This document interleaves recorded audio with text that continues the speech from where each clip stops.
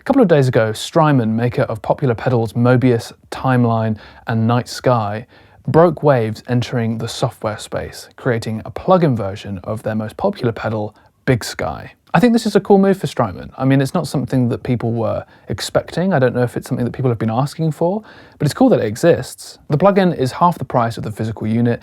It's convenient, it's portable, it's recallable as well. It's all the things that you benefit from when you have a software version.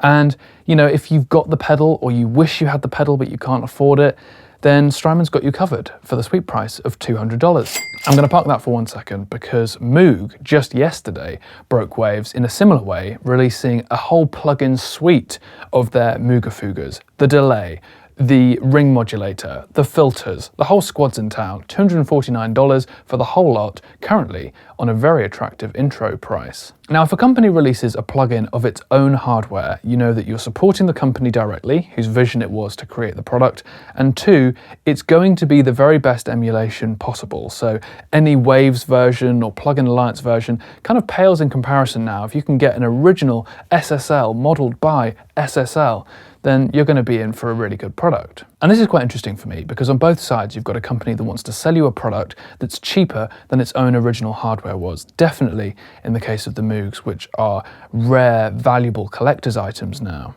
This BigSky plugin is really quite expensive for what it is, $199.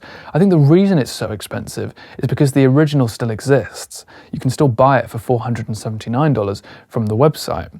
And I think, you know, there are plenty of better reverbs for less than $200. I would say any of the Valhalla reverbs. I love Liquid Sonic's Seventh Heaven, which is $69 for the standard version.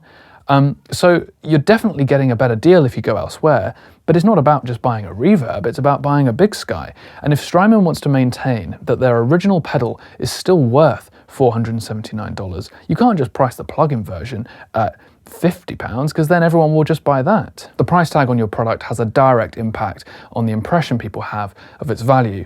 That doesn't mean that people aren't going to be disappointed if you charge £1,000 and they come back a little bit shortchanged. But I think it's also quite telling how serious a company is based on its pricing tiers. And with the release of this new BigSky plugin, there's a few predictions I can make about this. Number one, this is the start of a much bigger series of plugins that will be rolled out gradually. And two, I don't think Strymon considers this to be a sub-brand of their main hardware output. I think in 2 or 3 years, it's going to be fairly on par with each other. In fact, I wouldn't be surprised if Strymon releases a plugin of their own that the pedal later emulates. It's fairly obvious to me that when a company releases a plugin version of its own hardware, that it's a bit of a cash cow for the manufacturers. I think that's fine where it fits a particular niche, where it fills a gap in the market.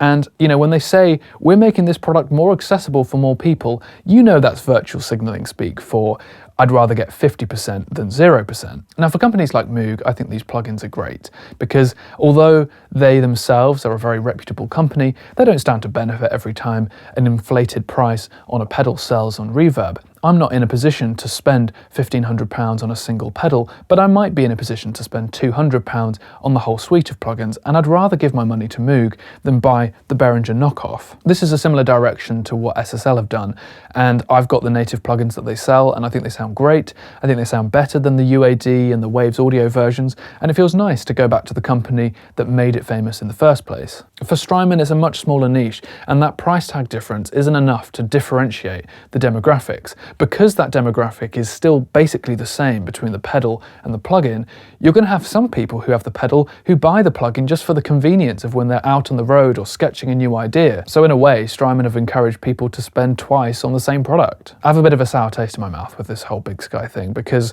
one, they don't offer an intro price, which I think was a mistake. Two, they've made it very difficult to buy outside the US without bloated fees or third-party sellers, which I've never seen for a plugin before.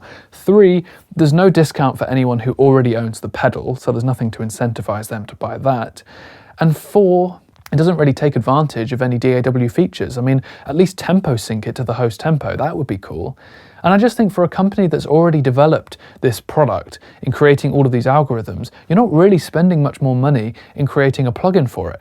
So selling it for $200 makes it much more of a question mark. Should I be buying this thing? Is this something that I should buy? Is this something I should put on my wish list? Whereas if it were $50, people would buy it because they know it's a big brand and they know it's going to be a really great emulation of a really great pedal. Overall, I'm excited to see companies diversifying their output into this software domain. I think SSL and Moog have done it really, really well. And I think it proves that if you do it well, you can create this new, fresh revenue stream that will benefit you in the modern age as well, and make it accessible for people who couldn't buy it in the first place.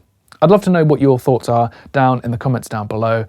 Thanks so much for watching. Subscribe if you haven't done already, and I'll see you again very, very soon. Goodbye.